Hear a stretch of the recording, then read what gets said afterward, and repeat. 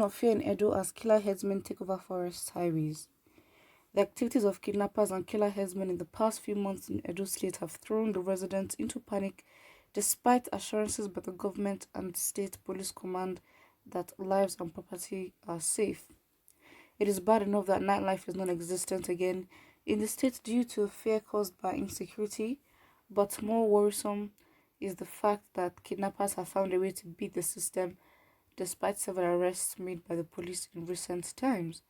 While cult-related killings seem to have been curtailed, kidnapping suspected kidnapping by suspected Fulani herdsmen who are aided by locals is on the rise. Who are aided by locals?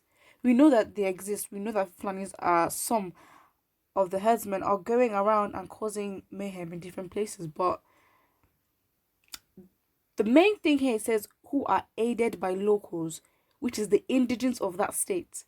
So we're not even talking about sellouts in the main government. We're talking about sellouts on such a micro level. Woof. Three high-profile abductors, one leading to the death of a victim, among many others, sent shockwaves around the state, with many demanding that drastic steps should be taken. The most gory kidnap tale was that of a Prince Dennis Abuda, a United States of America-based Nigeria. Yep, that story was actually trending and it was bad. Also, there's the story of the Edo Immigration Public Relations Officer, Bridget Essen, who was kidnapped by locals. See, no, this is a whole different turn to these things.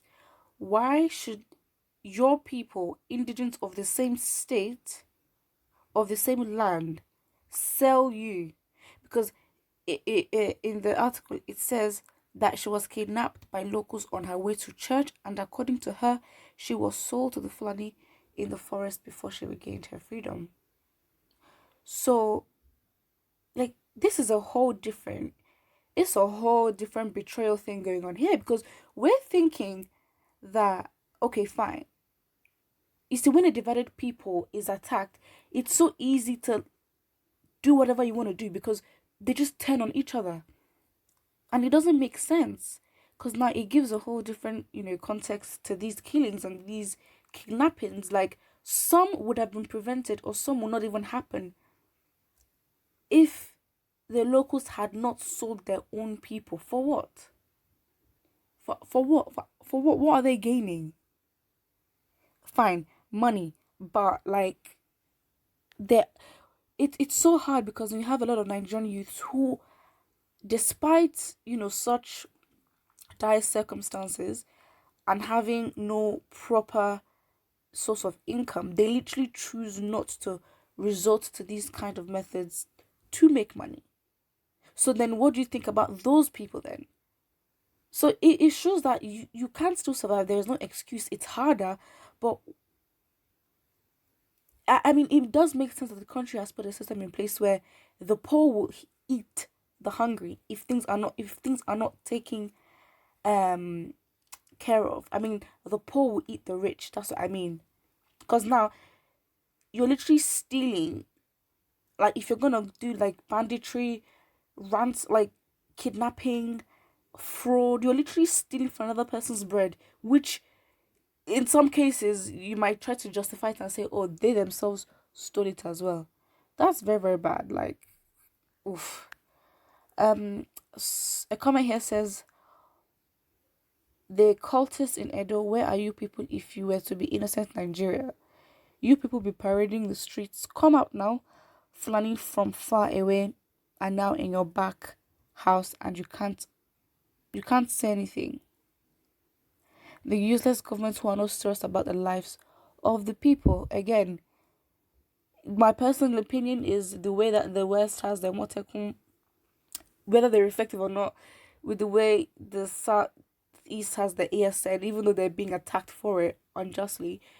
The Edo people, they need to have their own security network. It's my personal opinion, but it has to happen because the government has proven that they will not protect you, and they're in for their personal interests, and they are a bunch of elitists that want to keep their circle small at the cost and expense of the lives of the average common man. So someone here says, I thought, I thought that juju power, that Benin has juju power. They should use it while they're waiting for Sunday Igboho to fight herdsmen for you people. That's true. That is very, very true. Not that I believe in that, but with all the stereotypes of how, they're very strong, and how, witchcraft is really prevalent there and all that, why not that it's not in the rest of the country, but when it comes to stereotypical places that do further these narratives of juju and all that, Edo State is one of them. Someone here says, call Sunday Igboho to flush out killer headsman in Edo and northern governors should build their ranch for them. Yeah, I guess so. But yes, everything is getting worse. My personal opinion, as I've said before, is every tribe really needs to have their own security network, because there's actually no choice. Like, what else? What other viable option do you have? To call on who? International communities? You will sleep there. Two, to call on the Nigerian government, which obviously we know is a no anyway, because we have sellouts, and it's just the worst thing ever. So I don't think tribes have any other choice but to come up with their own vigilante group. Again, we have so much evidence to use against the Nigerian government for not putting things in place, and they have led us. They've not, because again, if you take laws into your hands, it means everything is lost. It means that laws are not being enforced properly to the best of the public's idea and how they're satisfied with it. Because again, it's their government and they can choose how they want to be led. And we have evidence against them for creating a system in place where they forced us.